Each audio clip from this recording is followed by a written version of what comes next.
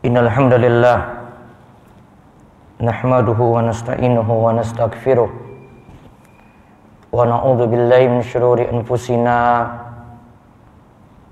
wa min sayyiati a'malina. Man yahdihillahu fala mudhillalah wa man yudlil fala hadiyalah. Wa asyhadu an la ilaha illallah wahdahu la syarikalah. Wa asyhadu anna Muhammadan abduhu wa rasuluh. Allahumma sholli ala nabiyyina Muhammad wa ala alihi wa man tabi'ahum bi ihsan ila yaumiddin. Fa ya ayyuhal hadirun ittaqullaha haqqa tuqatih wa la tamutunna illa wa antum muslimun. Wa qala ta'ala ya ayyuhalladzina amanu taqullaha haqqa tuqatih wa la tamutunna illa wa antum muslimun.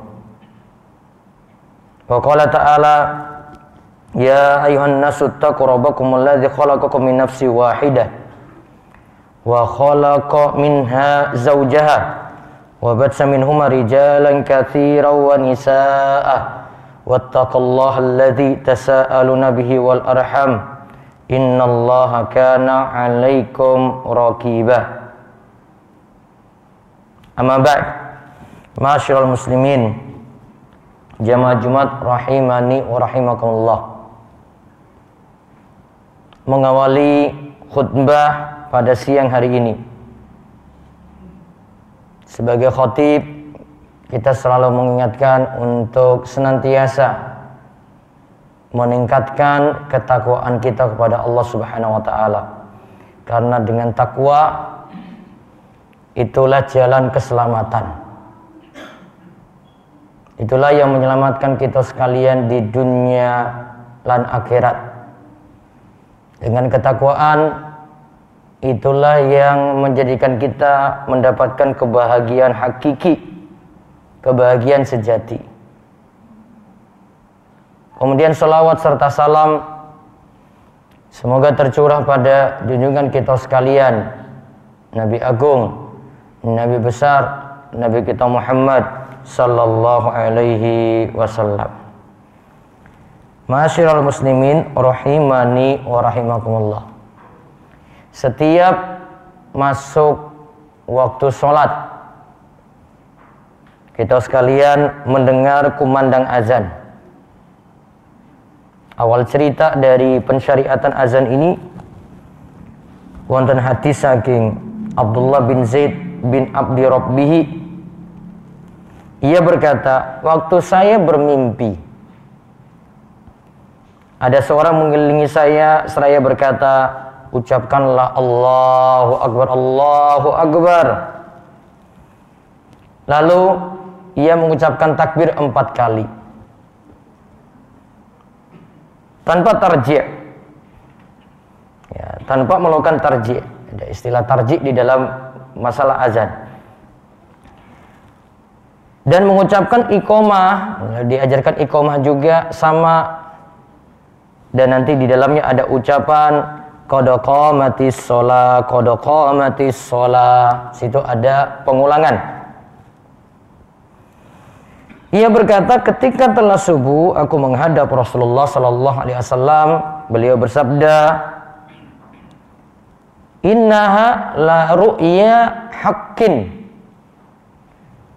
Itu benar-benar itu mimpi yang luar biasa. Itu mimpi yang benar. Kemudian Imam Ahmad menambahkan tentang kisah ucapan Bilal dalam azan fajar. Situ ada tambahan as-salatu khairum minan naum. Salat itu lebih baik daripada tidur. Juga menurut Imam Ibnu Khuzaimah wonten riwayat saking Anas, termasuk amalan sunnah apabila muadzin pada waktu subuh setelah mengucapkan hayya 'alal falah diucapkan as-salatu khairum minan naum. Ini dikenal dengan bacaan taswib. Juga ada hadis dari Abu Mahdzurah radhiyallahu anhu, Nabi sallallahu alaihi wasallam mengajarinya azan. Lalu beliau menyebutkan tarjih, mengulang 2 kali. Dikeluarkan oleh Muslim, namun ia hanya menyebut takbir 2 kali pada permulaan azan saja. Namun yang umumnya di masyarakat kita, ya takbir itu 4 kali. Intinya azan awalnya dulu disyariatkan di Madinah, jadi tidak di Mekah. Berarti ba'da Nabi sallallahu alaihi wasallam itu hijrah, yaitu pada tahun pertama Hijriah. Ini pendapat yang terkuat. Kita dapat melihat saking riwayat kaum muslimin dahulu itu ketika datang di Madinah, mereka berkumpul lalu kira-kira waktu sholat itu kapan. Mereka tidak tahu ini yang manggil ini siapa, untuk masuknya waktu sholat tidak ditentukan. Tanpa ada yang memanggil. Lalu mereka berbincang-bincang pada satu hari tentang hal itu. Sebagian mereka berkata, coba pakai lonceng saja. Kemudian disebutkan itu digunakan oleh kaum Nasrani. Ada yang mengusulkan lagi, kalau gitu pakai trompet saja. Kemudian disebutkan itu tradisinya orang Yahudi. Lalu Umar berkata, bukankah lebih baik dengan mengumandangkan suara untuk memanggil orang sholat? Lalu Rasulullah SAW mengatakan kepada Bilal, wahai Bilal, bangunlah dan kumandangkanlah azan untuk sholat. Dan azan inilah yang disyariatkan tidak dengan lonceng dan tidak dengan trompet.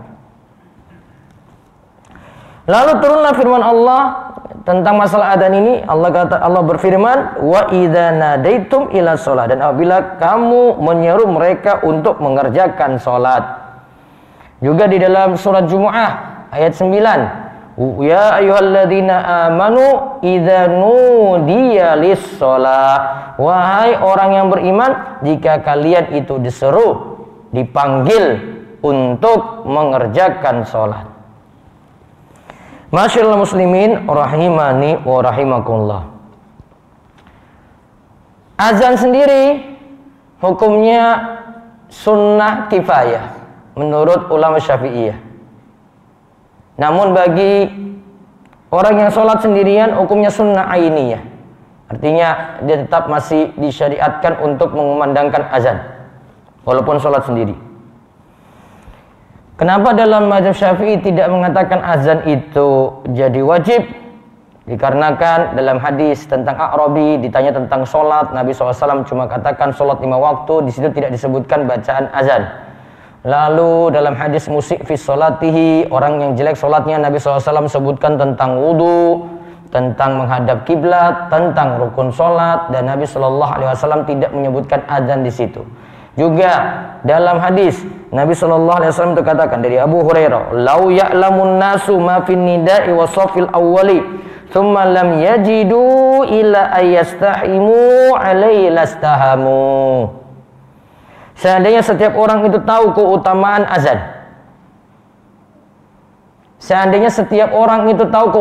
azan, maka pasti nanti mereka akan berlomba, termasuk juga shaf pertama. Mereka nanti akan memperebutkannya, walaupun nantinya berebut mendapatkan peluang untuk azan maupun shaf pertama tadi dengan cara berundi. Masyaallah muslimin rahimani wa rahimakumullah. Orang yang mengumandangkan azan itu wonten syarat. Yang pertama Islam. Yang kedua berakal. Wong stres nggak boleh. Yang ketiga tamyiz. Anak-anak masih boleh. Yang penting bisa kumandangkan azan. Yang keempat laki-laki. Namun kalau azan wanita terus memanggil laki-laki tidak dibolehkan dalam mazhab Syafi'i. Tidak sahnya wanita, karena tidak sahnya wanita mengimami laki-laki. Kalau manggil laki-laki dengan azan, wanita seru di masjid untuk panggil azan, tidak dibolehkan, tidak diperkenankan. Kemudian syarat yang berikutnya mengeraskan suara. Alhamdulillah sekarang sudah ada pengeras suara. Syarat yang ke-6, sudah masuk waktu sholat. Tunggu masuk waktu sholat dulu. Ya misalnya subuh jam 4.30. Tidak boleh dia kumandangkan azan jam 4. Kemudian yang ke-7, mengetahui waktu-waktu sholat. Kemudian yang kedelapan, azan mesti diucapkan secara berurutan. Urutan-urutannya, kumandang azan yang umumnya kita dengar, urutannya seperti itu. Tidak boleh diubah-ubah urutan ini. Kemudian yang kesembilan, kalimat azan diucapkan secara berkesinambungan, secara mualah, tidak boleh ada jeda yang terlalu lama di antara kalimat-kalimat azan yang ada. Misalnya ada yang kumandangkan azan, syahadu an la ilaha illallah. Nah, lantas dia berhenti, dia minum dulu berapa menit gitu, baru dia lanjut lagi, nggak boleh. Harus berkesinambungan, lanjut terus. Lalu yang kumandangkan azan disunahkan berdiri, lalu menghadap kiblat, lalu dalam keadaan suci. Kemudian disunahkan balik lebih utama daripada anak kecil walaupun sudah tamyiz. Kemudian yang kelima adalah bagus agamanya. Walaupun ini tidak jadi syarat. Kemudian keenam, suara muazin bagus. Yang ketujuh, bisa melihat waktu sholat.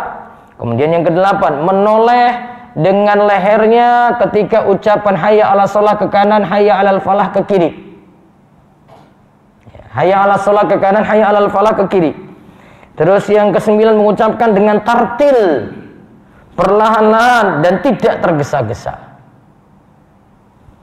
Kemudian yang ke-10, melakukan tarjih, mengucapkan 2 kalimat syahadat sebanyak 2 kali. Dan ini nanti ada pengulangan, ada istilah tarjih lagi kalau dalam madhab. Kemudian dengan yang ke-11 yaitu saat sholat subuh ditambahkan setelah hayya alal falah, as-sholatu khairum minan naum. Kemudian yang ke-12, menetapkan 2 muazin. Ada yang mengumandangkan azan sebelum subuh untuk membangunkan sholat tahajud, dan ada yang setelah masuk fajar, masuk subuh. Terus yang ke-13, yang mendengarkan azan disunahkan insot, diam. Yang dengar diam. Dan ijabah, menjawab azan, mengulangi ucapan azan yang ada. Kecuali pada kalimat hayya ala sholah, hayya ala falah, dijawab dengan la haula wala quwata illa billah. Lalu yang ke-14, sholawat kepada Nabi dengan suara lirih bagi muazin. Jadi pada azan, dia sholawat, cukup suaranya lirih, tidak usah pakai mic. Tidak usah pakai pengeras suara bagi yang mendengar azan, ya. Termasuk juga nanti bagi muadzinnya. Lalu meminta kepada Allah wasilah dan berdoa kepada Allah dengan doa setelah azan. Lalu berdoa untuk diri sendiri karena waktu antara azan dan iqamah itu waktu yang mustajab. Bedanya dengan iqamah itu kalimatnya setunggal-setunggal, satu-satu. Asyhadu an la ilaha illallah, asyhadu anna Muhammadar Rasulullah. Kemudian isra cepat. Jadi tidak lambat-lambat, itu iqamah. Allahu Akbar, asyhadu an la ilaha illallah, asyhadu anna Muhammadar Rasulullah, hayya 'alas shalah, hayya 'alal falah, gitu, cepat. Kemudian yang ketiga, iqamah diulang untuk setiap sholat wajib. Misalnya dia jamak sholat zuhur dan asar, sholat zuhur dia iqamah, kemudian sholat asar iqamah lagi. Kemudian keempat, sudah masuk waktu baru dia iqamah. Lalu untuk sunnah iqamah menunggu jamaah dulu, kemudian berpindah tempat kalau bisa. Kemudian yang azan itulah yang iqamah, itu lebih baik. Kemudian meninggikan suara untuk iqamah tapi lebih rendah dari suara azan.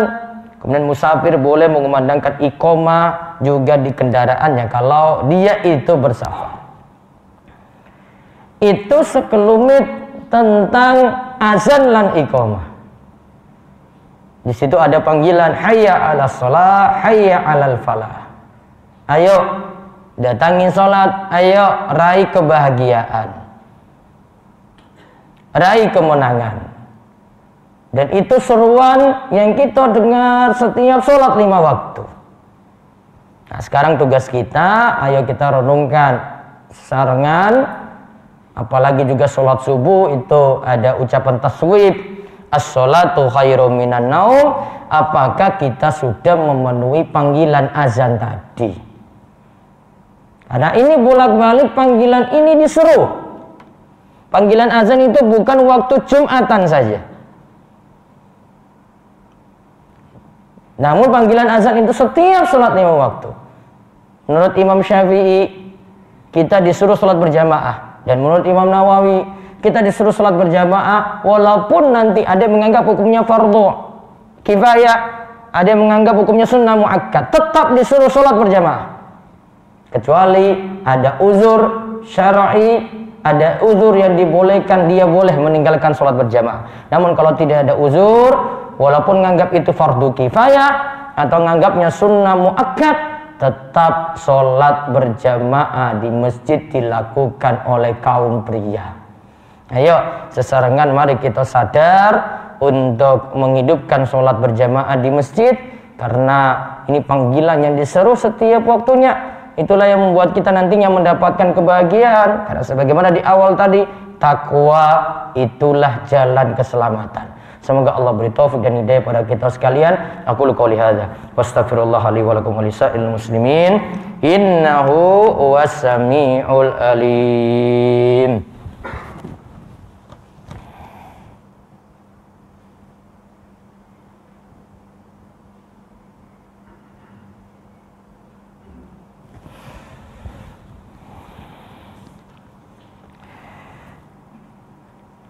Alhamdulillahi rabbil alamin.